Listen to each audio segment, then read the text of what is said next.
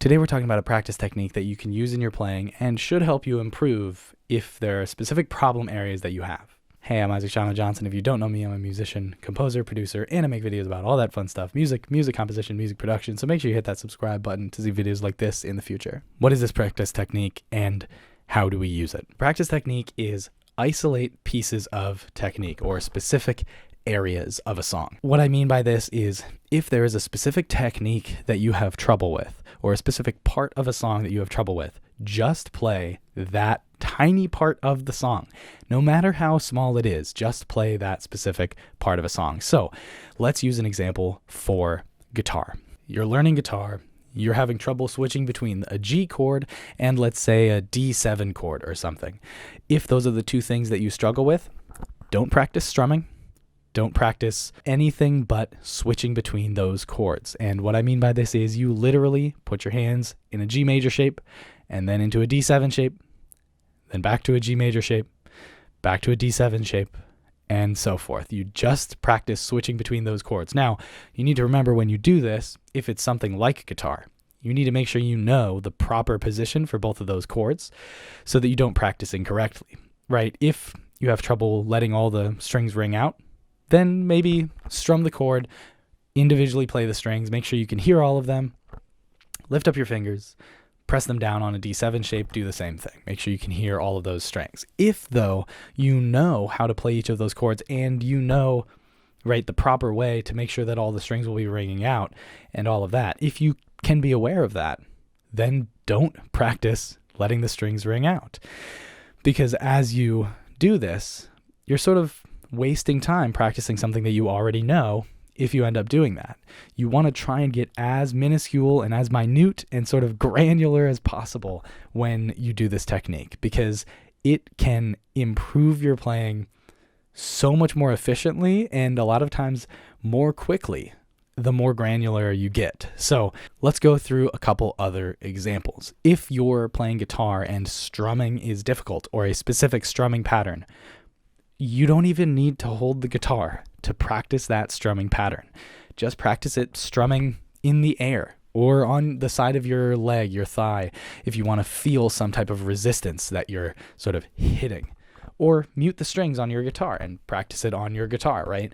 Whatever it is, try and get rid of as much extra technique as possible so that you can just focus on that one specific thing. And you may have to do this with multiple different techniques and then put those all together. But if you do that, you'll be practicing each thing individually, improving it a whole lot, so that then when you put it together, it'll be much easier to put everything together and make it sound good together because you'll have all of these pieces sort of well practiced. Same could be said if there's a specific scalar pattern on piano that's difficult. Just practice the fingering. Don't even sit at the piano. Just press your fingers down as if you're playing that scale pattern and put them together on a table or something, right? Try to just isolate the thing that is difficult. And it takes some thought and sort of some effort and some getting used to do this because you need to really be sort of consciously thinking of what you're doing as you practice and what specifically is difficult. It's one of the reasons why having a teacher is so useful because the teacher can point this out. I, most of the time, am the one pointing this out to my students, right? I just visited a high school the other day for part of my master's program, and there was a guitar player there who was struggling with a specific passage, and he was trying to play it in a way that was kind of awkward on guitar and didn't seem comfortable for him, and it wouldn't have been comfortable for me.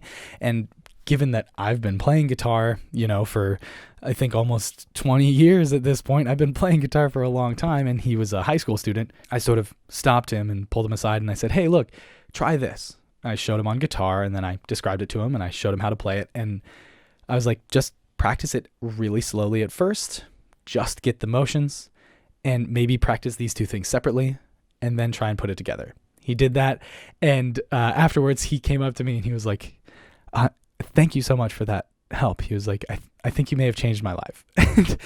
He was kidding, but I could see that because I knew the specific thing he was struggling with, and I was able to pinpoint it and give him something specifically to work on and improve on that he was able to improve, right? So it's one of the reasons why having a teacher is so useful. Highly recommend getting a teacher. I teach a number of instruments.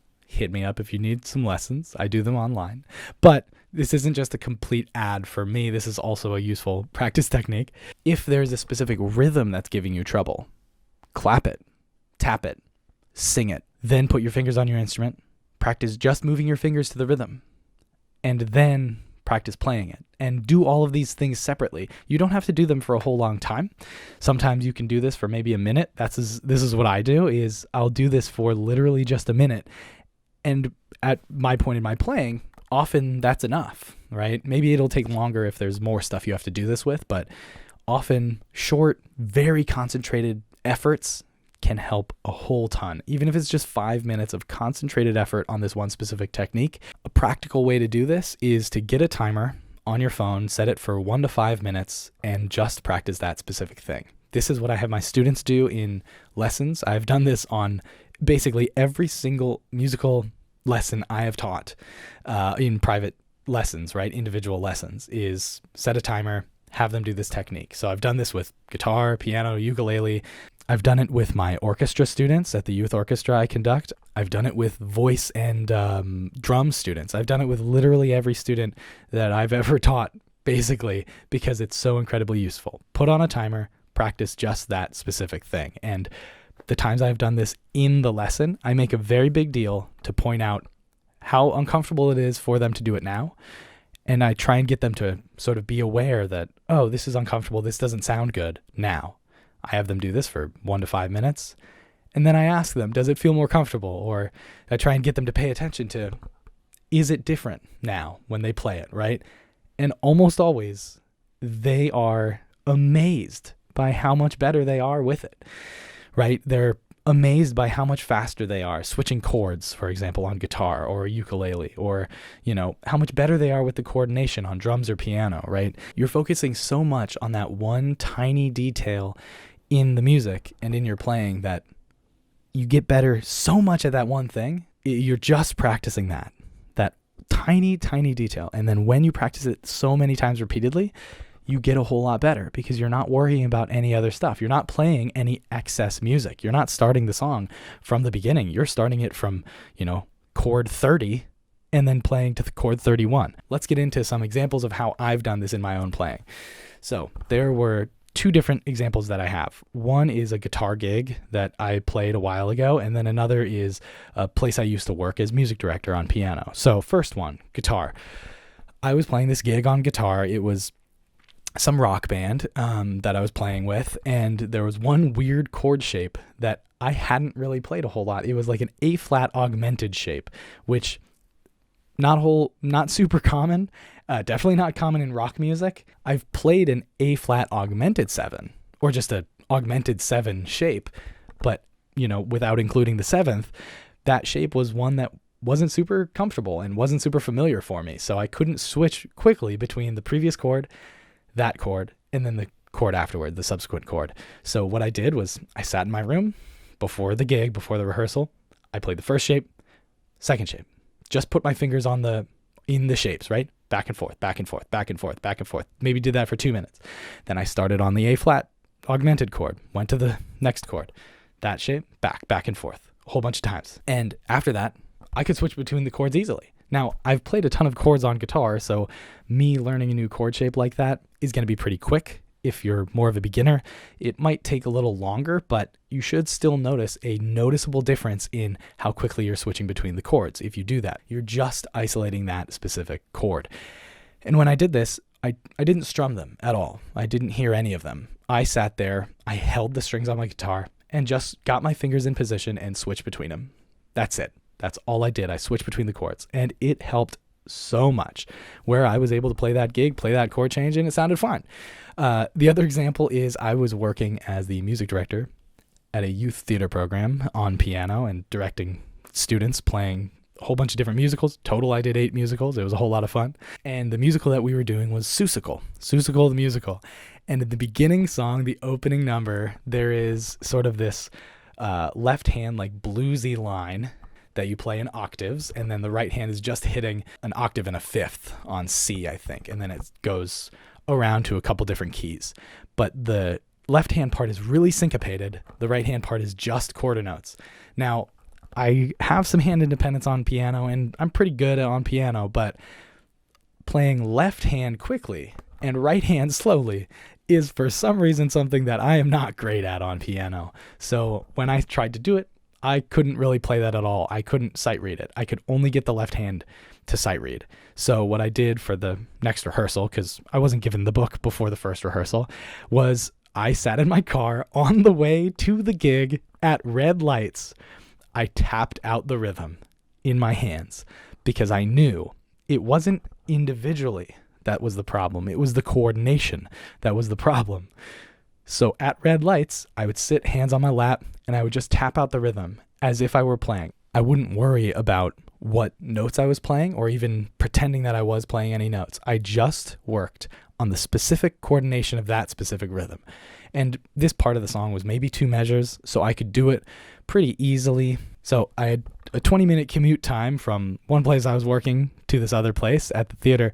And in that time, at red lights, I was able to learn this rhythm. And I don't say that sort of like to brag about how great I am. I say that to be like, this is one of the most effective ways to practice that I have ever found. That's what I mean to say when I say that I was able to learn it that quickly, was I could figure out specifically what I was doing wrong and what I needed to work on. And I practiced just that specific thing. And I showed up.